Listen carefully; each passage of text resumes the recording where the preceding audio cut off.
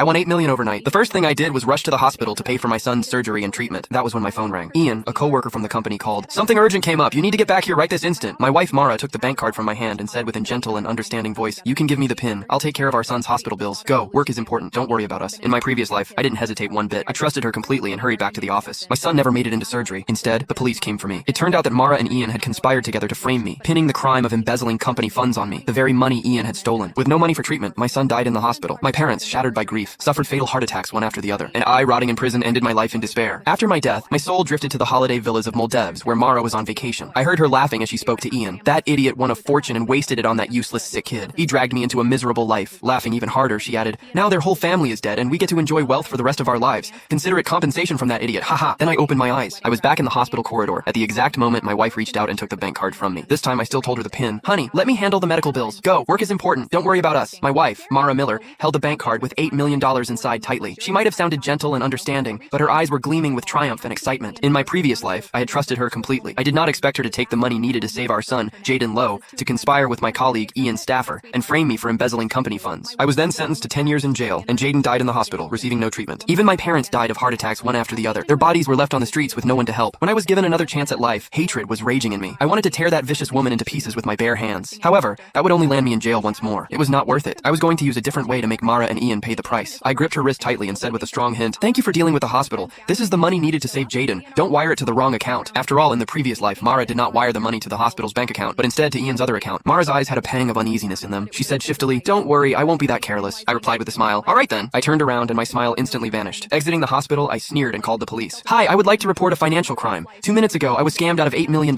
Please help me find the people who took my money." "What, $8 million? The police officer became serious and immediately opened a case when they heard the amount of money. They added, "Since the money has just been transferred, you're lucky you called the police in time. We'll surely help you get your money back. If you have any clues, please come to us again." I said anxiously, "All right, thank you. That money is needed for my son's surgery. Please help me." After hanging up, I smiled. I was not worried that they would not be able to get to the bottom of it because the money would soon be returned to my account. That was what Mara and Ian did to frame me in the previous life. However, in my new life, I was going to let them have a taste of their own medicine. My phone buzzed violently in my pocket. It was Ian. I deliberately did not answer. I did not need to. I knew it was Ian trying to get me to rush back to the office, waiting for me to step into the trap. I sniggered. I hailed a taxi, but instead of heading to the office, I headed to the lottery center. "Hello, I'm the one who won $8 million this morning. I need an official notarized certificate confirming my identity as the winner, right now. In my previous life, I was so desperate to pay for my son's surgery that I had skipped the notarization completely. That mistake cost me everything. After I was framed, I thought about getting my winning notarized, but Mara and Ian had already bought off the staff at the lottery center. They changed the personal details of the winner to a different person, so I could not prove that I had won the $8 million legally. Once I had been notarized as the legal winner of the lottery, I even got the staff to print me the receipt of the transaction details of the money to my account. I was not going to give Mara or Ian any opportunities to set me up in this life. My phone rang once more, still from Ian. Click the link in my bio to get the full story for free.